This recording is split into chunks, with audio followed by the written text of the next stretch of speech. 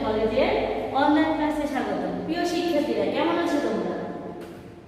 আজকে আমি তোমাদেরকে নবম শ্রেণীর বাংলাদেশ ও বিশ্ব পরিচয় অধ্যায় পঞ্চমের সম্পর্কে আলোচনা করব। আজকে আমাদের আলোচনার বিষয় হচ্ছে বাংলাদেশের নদ নদী ও প্রাকৃতিক সম্পদ।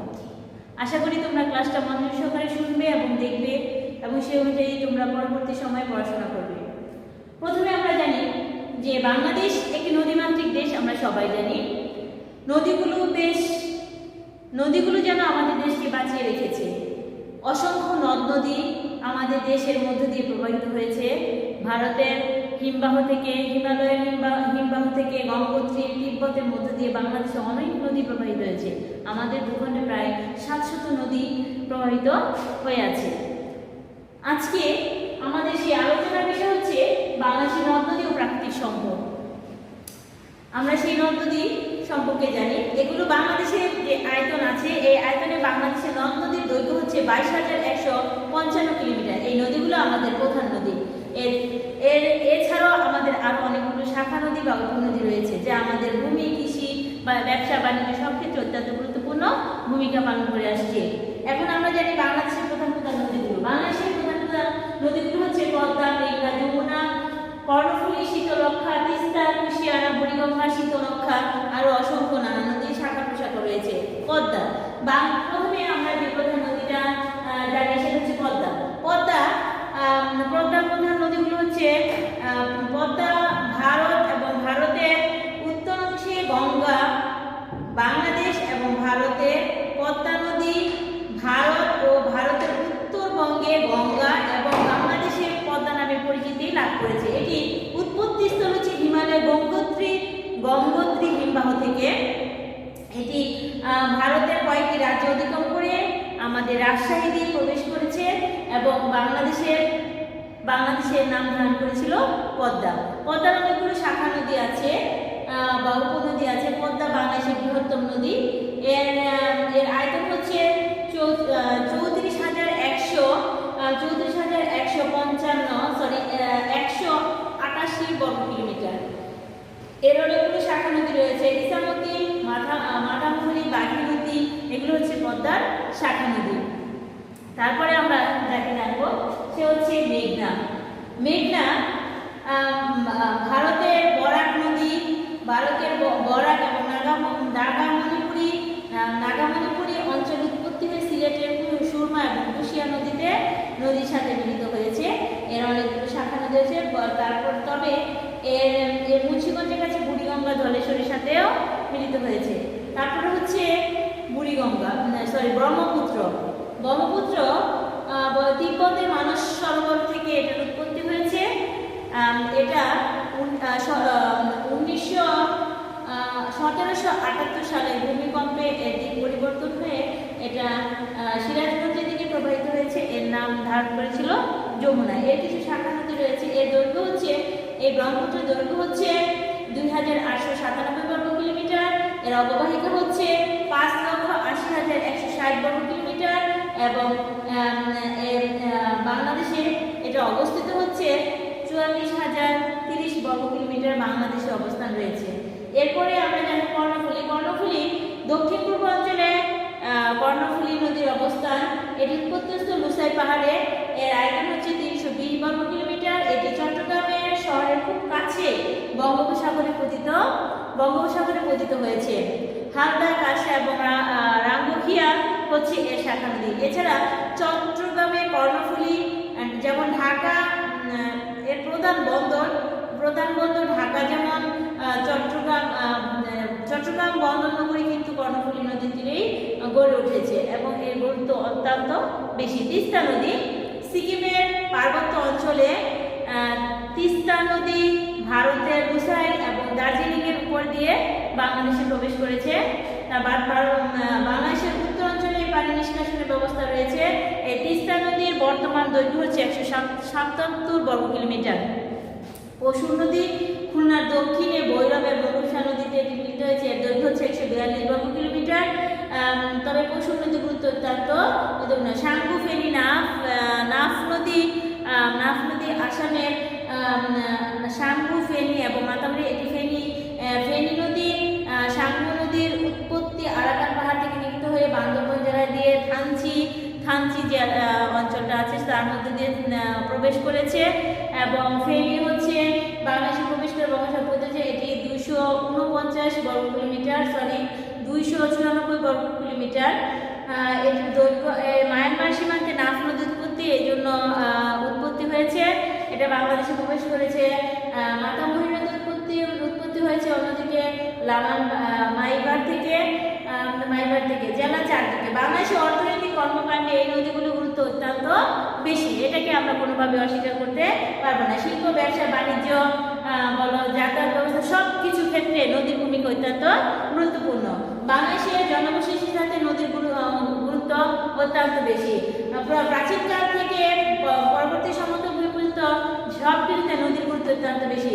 মানুষের জীবনযাত্রা, মানুষের নদ নদীকে অত্যন্তভাবে প্রভাবিত করে। তারা এক জায়গা থেকে তাদের যাতায়াত, তারা চলাচলের ক্ষেত্রে সব ক্ষেত্রে নদীর ভূমিকা অত্যন্ত গুরুত্বপূর্ণ। শিল্প কারখানা বেশিরভাগ গড়ে উঠেছে আমাদের কিন্তু নদী তীরে। যেমন আমাদের নারায়ণগঞ্জ শহর, নারায়ণগঞ্জ শীতলক্ষা নদী তীরে অবস্থিত, ঢাকা শহর, ঢাকা বুড়িগঙ্গা নদী তীরে অবস্থিত, চট্টগ্রাম বন্দর, চট্টগ্রাম কর্ণফুলী নদী তীরে অবস্থিত, মংলা সমুদ্র বন্দর চট্টগ্রাম সেই কর্ণফুলী নদী তীরে বঙ্গোপসাগর তীরে গড়ে উঠেছে।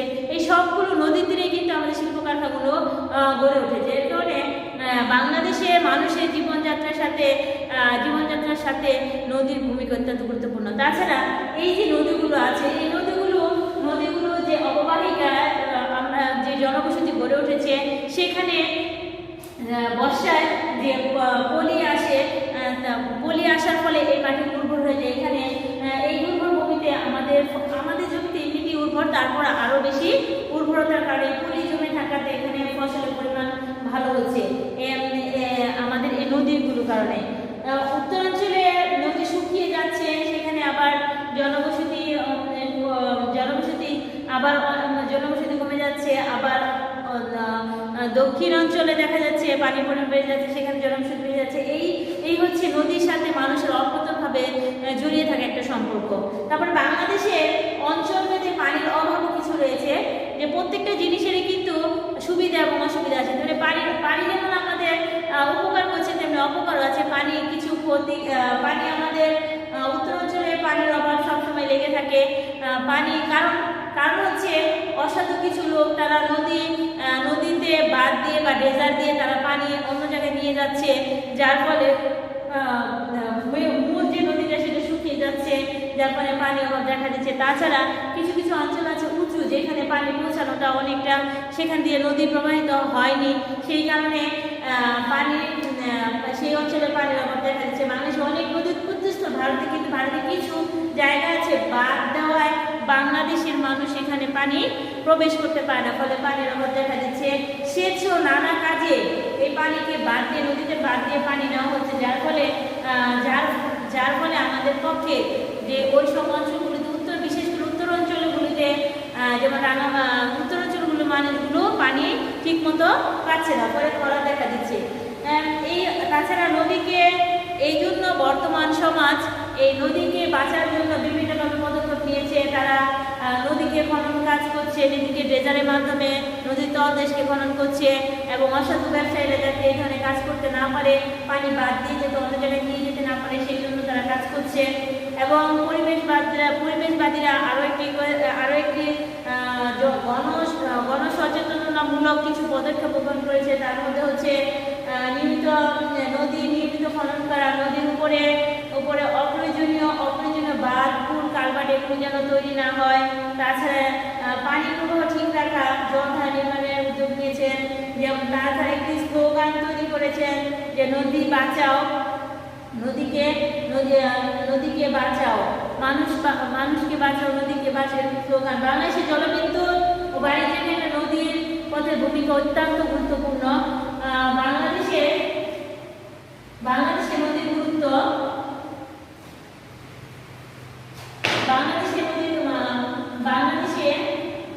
বাংলাদেশে ব্যবসা বাণিজ্যে নদ নদীর গুরুত্ব। বাংলাদেশের কি বাংলাদেশের যাতায়াত ব্যবস্থা, জলবিদ্যুৎ, বাণিজ্য থেকে নদ নদী গুরুত্ব, যেমন যাতায়াত ব্যবস্থা। বাংলাদেশ একটি নদীমাতৃক দেশ, আমরা সবাই জানি। এটি পরিবহন ব্যবসা উল্লেখযোগ্য অংশ নদীপথে কিন্তু বহন করা হয়। বিভিন্ন ভারী মালামাল কিন্তু নদীপথ দিয়ে আনা হয়। বাংলাদেশে যেমন পদ্মা, মেঘনা, যমুনা, কর্ণফুলী, সুরমা, কুশিয়ারা, মাতাবুড়ি, আত্রাই, মধুমতি সবই নদী যাত্রী পরিবহনে অনেক ভূমিকা পালন করে থাকে। নদীপথকে সকলে আরামদায়ক পথ মনে করে এখান দিয়ে যাত্রা বেশি করে। তাছাড়া নদীপথে মালামাল নেওয়া অত্যন্ত সহজ। নদীপথের দৈর্ঘ্য হচ্ছে ৯,৮৩৩ কিলোমিটার। এর মধ্যে ৩,৮৬৫ কিলোমিটার পথে বছরে সবসময় নৌ চলাচল থাকে, এটা আমরা জানি। বাংলাদেশের নদীপথে নৌকা, লঞ্চ, ট্রলার, স্টিমার, মেট্রো ইত্যাদি পরিবহন লক্ষ লক্ষ মানুষ এইগুলো ব্যবহার করছে।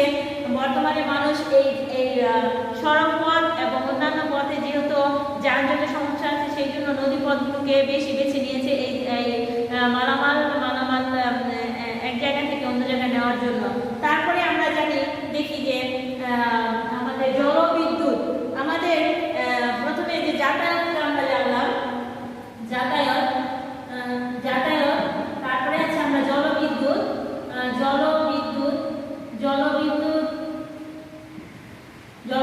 তারপরে আমরা যাই বাণিজ্যের ক্ষেত্রে, বাণিজ্য এসব ক্ষেত্রে আমি যাতায়াত বললাম। তারপরে হচ্ছে জলবিদ্যুৎ। আমাদের দেশে যে এই যে ভারী যানবাহনগুলো চলে, এর মধ্যে যে খরচ স্রোত তৈরি হয়, এই স্রোতে কিন্তু জলবিদ্যুৎ তৈরি করা হয়। এই বিদ্যুৎ আমরা আমাদের বিভিন্ন জায়গায় ব্যবহার করতে পারছি। তাছাড়া আমাদের যে কর্ণফুলী নদী, যেটা অনেক স্রোত আছে, সেই কর্ণফুলী নদীতে বাদ দিয়ে কিন্তু বিদ্যুৎ তৈরি করা হয়েছে। এটা আমাদের অর্থনীতি একটা বিরাট লাভজনক বলে মনে করা হচ্ছে। তারপর হচ্ছে ফলে বাংলাদেশের জলবিদ্যুৎ উৎপাদনের সুযোগ যদি এইভাবে চালিয়ে যায়, কিন্তু যদি আমাদের এই নদীর পানি কমে যায়, যদি এই তলদেশে মানুষ যদি ভরাট করে ফেলে নদীগুলোকে আস্তে আস্তে, তাহলে কিন্তু আমাদের এই জলবিদ্যুৎ উৎপাদনের পরিমাণটা আস্তে আস্তে কমে যাবে। এই জন্য এই বিষয়ে আমাদেরকে সতর্ক থাকতে হবে। তারপর হচ্ছে বাণিজ্য। বাংলাদেশের অভ্যন্তরীণ নৌপথে দেশের মোট বাণিজ্যিক মালামালের ৭৫% দেওয়া এবং নেওয়ার ক্ষেত্রে কিন্তু নদীপথের গুরুত্ব অত্যন্ত বেশি। মোট বাণিজ্যিক মালামালের ৭৫% এর মধ্যে করা হয়। তাছাড়া 1972 সালে বাংলাদেশের শিপিং কর্পোরেশন প্রতিষ্ঠানগুলো নদীপথের গুরুত্ব দেখেই কিন্তু তারা এই নদীগুলোর পাশে বিভিন্ন মেন ফ্যাক্টরি তৈরি করেছে। যেমন ঢাকা বুড়িগঙ্গা নদীর তীরে অবস্থিত হয়েছিল, নারায়ণগঞ্জ শীতলক্ষা নদীর তীরে অবস্থিত, চট্টগ্রাম সমুদ্র বন্দর কিন্তু কর্ণফুলী নদীর তীরে, এবং কুমিল্লা বন্দর গোমতী নদীর তীরে অবস্থিত। এটা কিন্তু এই বাণিজ্যের জন্যই হয়েছিল। তারপরে আমরা যাই, এই হচ্ছে আমাদের নৌপথের কিছু আমাদের এই পণ্যকে সহজভাবে এক জায়গা থেকে অন্য জায়গায় নেওয়ার জন্য নৌপথের বিকল্প কোনো কিছুই নেই। তারপর হচ্ছে বাংলাদেশের দক্ষিণাঞ্চলের বাংলাদেশ ও দক্ষিণাঞ্চলের কিছু প্রাকৃতিক সম্পদ, প্রাকৃতি থেকে প্রাপ্ত সম্পদকে আমরা প্রাকৃতিক সম্পদ বলি। বাংলাদেশে কিছু প্রাকৃতিক সম্পদ রয়েছে, যেমন কৃষি সম্পদ, কৃষি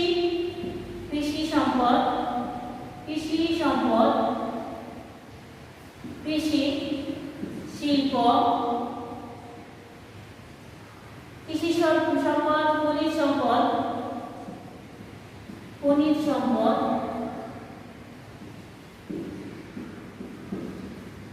হচ্ছে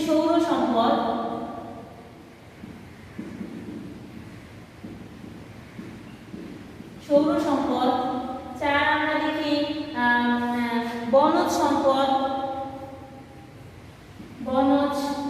সম্পদ, তারপরে আসে আমরা মৎস্য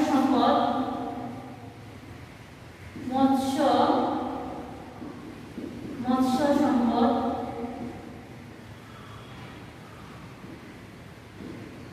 ইত্যাদি। এই হচ্ছে আমাদের যে সম্পদগুলো, সেগুলো। এই সম্পদ, কৃষি সম্পদ দক্ষিণ এশিয়ার বেশ কিছু দেশ বাংলাদেশের কৃষি সম্পদে ভরপুর। বাংলাদেশ একটি নদীভিত্তিক দেশ, সেই কারণে বাংলাদেশের যে সম্পদগুলো আছে, বাংলাদেশ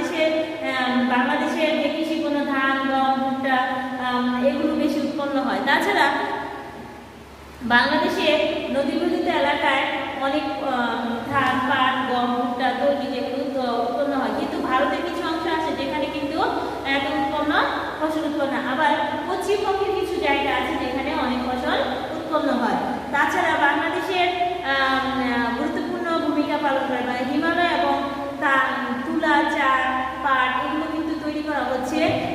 কিন্তু নেপালের যে জায়গাটা আছে সেখানে যেমন আমাদের হিমালয় পর্বতমালা রয়েছে, যার কারণে সেখানে কিন্তু প্রাকৃতিক সম্পদ কম, সেখানে কিন্তু আমাদের এই কৃষি সম্পদগুলো কম উৎপন্ন হয়।